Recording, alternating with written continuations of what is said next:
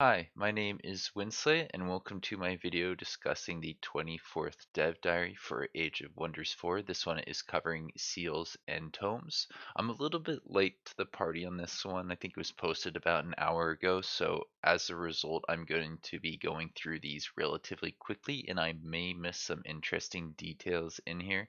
They start off by talking about how the seals were built and generally how they work. You're going to want to take them over, and then depending on the settings that you're playing on, it's going to need a certain number of points that you get each turn from the seals. If you've got one seal, I think you get 1 point per turn. If you have two seals, you get 2 points per turn. And there may be 3 or 4 or 5 seals on the map that you can hold to work towards those points. Yeah, once you reach that amount, you achieve victory. It's just over. Um, it's going to be uncontested. There'll be two sources of opposition. There is the other empires that will try and capture it. They'll get grievances to come fight you. And then I think there are like the guys who start on the location. There's going to be independents that spawn in periodically to retake it. And they also told us a little bit about the uh, variety of guards that are going to be on these. Sometimes they're going to be maybe like fire focused, sometimes they're going to be frost focused, and sometimes I think they're angelic, and sometimes they're a little bit demonic. What else did they say about the seals in here? I think there was some other information. Yeah, that's basically how they work. There's something about the seals points in this image. Somebody else has got this. Yeah, they're working towards 105. You are at 81 out of 105. They're at 95 out of 105. Right now you're getting +2, so you may be able to catch up. That's pretty cool. I like that. Something about a brutal incursion, and that's probably unrelated to the rest of that screenshot in there. Right, okay, Eternal Bane. Because this location has this effect, you're going to have to deal with every 2 turns, 3 enemy units might get Ghost Fire, Electrified, or Frozen. Frozen's a pretty big deal. There's only a 70% chance on that one compared to the 90%, but I think that is a scary debuff. So I'd probably be the most worried about Frozen or Ghost Fire. I can't remember what Ghost Fire does off the top of my head. There's something about a progenitor golem, and that will make the seal unstable, maybe leading to certain events. Like this one, yeah, the unstable seal. You can control the mechanisms and repair the structure. Kind of tricky to do. If you're successful, your cities are happy. If you are unsuccessful, the seal explodes, probably destroying the seal, right? The promise near it is hit with a abyssal flame spell. I forget what that does exactly, but it probably burns the terrain. None of them are the same.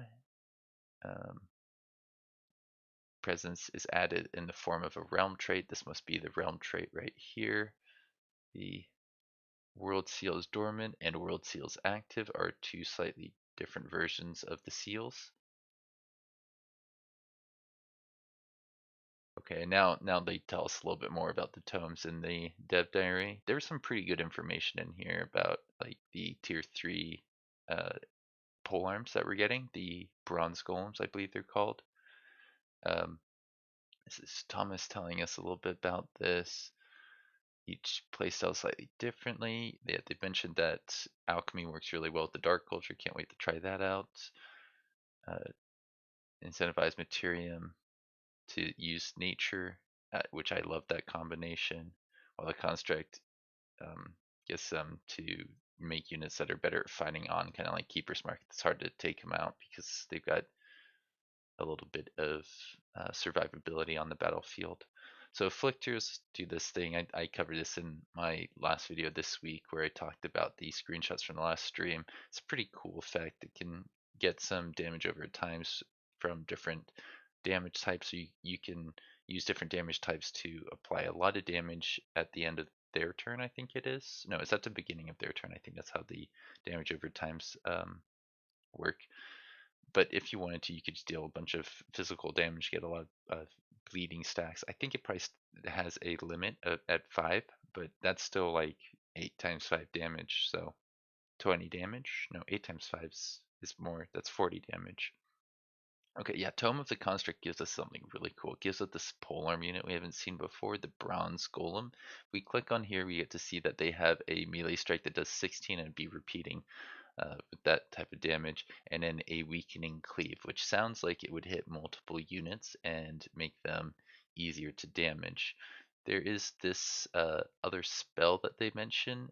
It comes from the same tome, Tome of the Construct. This will make it so that friendly constructs or linked mind units will become watchful, enter defense mode, and it would then apply that to other constructs and is repeated. So if you have a lot of constructs, you can basically apply this to everybody in your army as long as they're placed in the right place to allow this skill to just chain through them all. I think linked mind can go on your biological units, so you don't need to just have constructs to get this to work. At least that's what I'm getting from the information we have here. It gives you more retaliations. Oh, wonderful. Watchful's more retaliations. That's great. So it's harder for people to attack into your line of units as long as you know you bring the right units and um, they're not able to knock you out of defense mode in retaliation. Typically, I think polearms can resist that effect. We have the linked minds transformation, uh, which they did tell us a little bit about that. That one, I think they mention right here. Linked Mind gives you the ability to safeguard against flanking, granting you hyper awareness.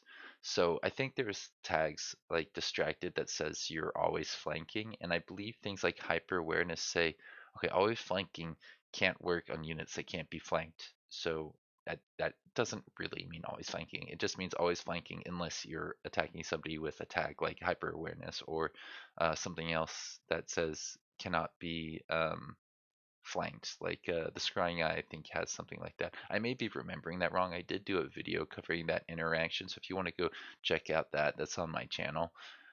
After that, we have something about reposition instead, lets your constructs close a distance by rapidly granting them hasten and strengthen. So that would be the other cascading command. It would work like cascading command defend, but you could cascade a different type of effect through your armies. I think there's two types of spells that start off with the cascading command tag. After that, they talk about the new Tome of the Dreadnought. The Dreadnoughts are back. They're a little bit different than what we've seen before. There's a powerful siege project called the Great Bombard, which grants your support units the ability to overcharge the firepower of your construct. So things like the bronze golems and maybe the mage lock cannons, I believe, as well. Uh, there's also something in here about destabilize mana core. That's this thing that we have. This little image says in a 2 hex radius, units are marked. After one turn, the mana core explodes, inflicting. That's quite a lot of damage. 24 physical damage, 24 lightning damage. And there's a chance for it to disrupt. Forget what disrupt does. I don't think that displaces, but it might. Able to use more precision than before. That sounds useful. Yeah, I think this ability was probably in Age of Wonders 3, but it wasn't as precise. The Ironclad works a little bit like how I thought it might. This barrage attack has very low accuracy, only 50% accuracy, but it is repeating, and it will end up scattering a lot of shots, kind of like the way scattering shots worked in Age of Wonders Planetfall. It's kind of cool to see that they're bringing back that mechanic. I may do a meme tying or trying to come up with a theory on how Age of Wonders for Empire and Ashes is very similar to Age of Wonders Planetfall for reasons like this. This is a great little reference to an old mechanic that I think worked fairly well. It's like a random dice roll. Sometimes it can work out really well for you. Sometimes you get nothing that you want. It was great when that was staggering in Age of Wonders Planetfall. They also mentioned that the ammunitions will give you +5 elemental damage and will probably do something to the area, like set the ground on fire. I'm not sure what Sundering will do, but Shrapnel will probably create bleeding effects in the area, kind of like caltrops that just inflict bleed. Sundering may just inflict sundering, but I'm not too sure. That one may work slightly differently. Tome of Severing. Yeah, this is another tier 4 tome. So we have this tier 3 tome, the Tome of the Dreadnought, and then afterwards you get a Tome of Suffering. So there's a tier 1 tome, a tier 2 tome, a tier 3 tome, and a tier 4 tome. This one is anti-magic, disrupting enchantments, and banishing summons. Ooh. It does say something about extending the Spelljammer's interaction to outside of your territory. You have something called a spell ward, which I feel like is going to get banned in multiplayer because a lot of people really don't like Spelljammers. It just kind of like takes away the ability for some nations to interact with half of their ability to fight. Spells are a big deal in Age of Wonders 4. So this says disrupted. Okay, so I did talk about this earlier. It says units enchantments are disabled. That's really good. That's really, really good. So destabilize mana core that will take away enchantments on units. So if they got Keeper's Mark, no more. Go away. You do not get to live forever. That's an effect I can get behind. That sounds awesome. Astral Severance is going to either kill a magic origin unit or it will disrupt it and decay it, making it so it can't be healed and it can't use its unit enchantments. So even the failed condition is fairly useful. Like that makes sense for something that costs 150 mana and 50 casting points. Wait a minute, that's very expensive. That's more expensive than Sleep of Oblivion, I believe. I could be wrong. It may actually be the same cost, and I had some reductions on that in my last game. But this doesn't seem as good as Sleep of Oblivion. That one's just like instantly kill a unit without a percent chance, as long as you can consume the corpse. Um, Final banishment says all non-hero corpses on the map are destroyed. For each corpse is destroyed, friendly units get bolstered and temporary HP. So yeah, you could use like Sleep of Oblivion and then this spell to get rid of that corpse and all other corpses on the field. You just need to overchannel in order to cast 2 spells in 1 turn, and it would be a very high cost, but I think very worth it. That could probably swing a battle quite significantly. Not as much as Awakened Instincts, but quite a bit. So we haven't seen the Severing Golem yet. It says here that it's a hybrid role between support and battle mage, and it can dispel as a free action. That's awesome. It has to be the units have to be close to it because it's a 1-0 range attack. Friendly units within 2 hexes have their negative status effects dispelled, and then this unit gains strengthened for 3 turns for each unit that had this status effect dispelled that way. So you could probably dispel a lot, get a lot of strengthened on this unit, and then do a lot of damage from relatively close to this unit. I have to imagine Weakening Bolts is something that's like a 4 range attack or so. We don't actually get to see what it does. We only get to see what the ability Magical Disruption does at the end of this step diary. This will do 30 just frost damage to up to 3 enemy units. And a hex, or does it jump? And maybe it jumps. Severing Golem is like the real power comes at this magical disruption.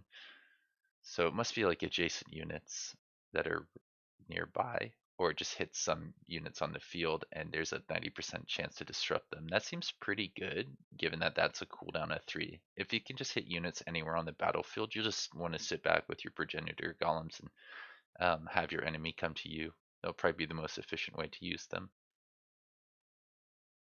Cooldown 3 is pretty big, but I don't know. I like in theory how this seems like the units and tomes are going to work with all the other mechanics in game. And that's everything we have here. I'll see you around. Have a good one.